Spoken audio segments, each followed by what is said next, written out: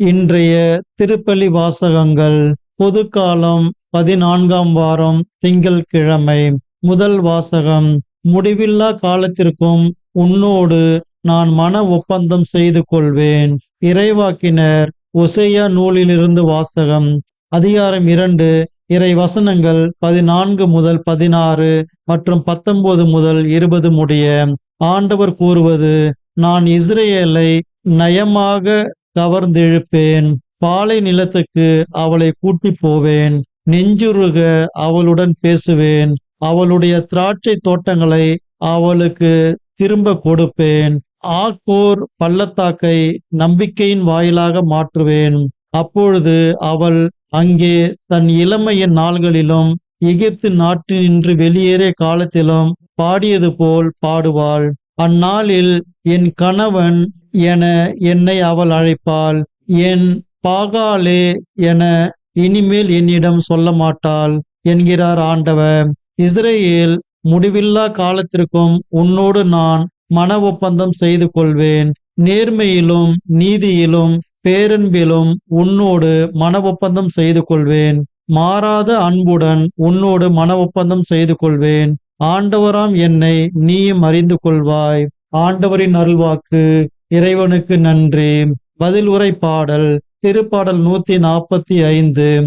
இறை வசனங்கள் 2 முதல் 3, 4 முதல் 5, 6 முதல் 7, 8 முதல் 9 முடிய.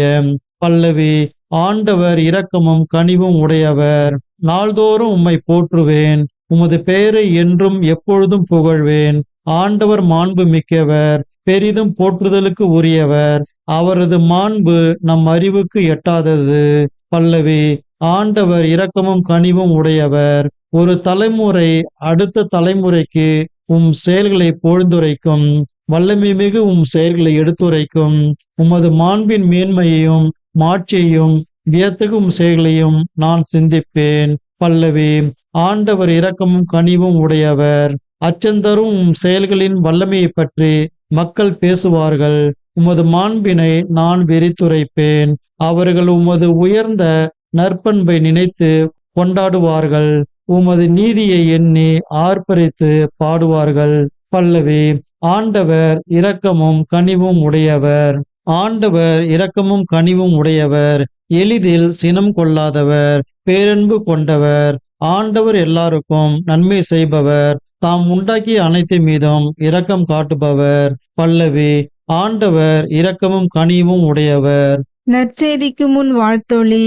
அல்லேலுயா, அல்லேலுயா.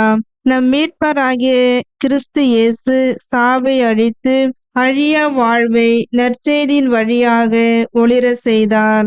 அல்லேலுயா, அல்லேலுயா. நற்செய்தி வாசகம். என் மகள் இப்பொழுதுதான் இறந்தாள். ஆயினும் நீர் வந்து அவள் மீது உம் கையை வையும்.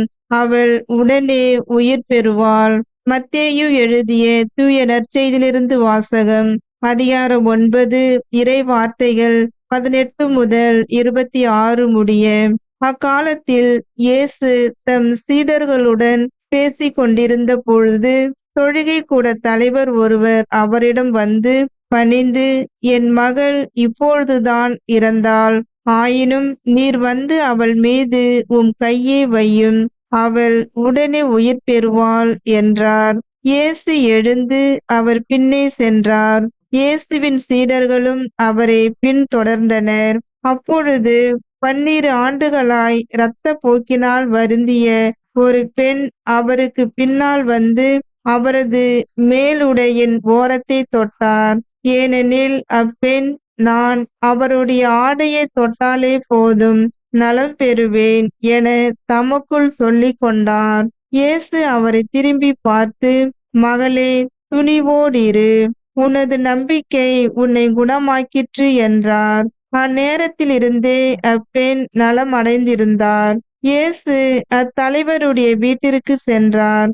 அங்கே குழல் ஊதுவோரையும் கூட்டத்தினரின் அமளியையும் கண்டார்.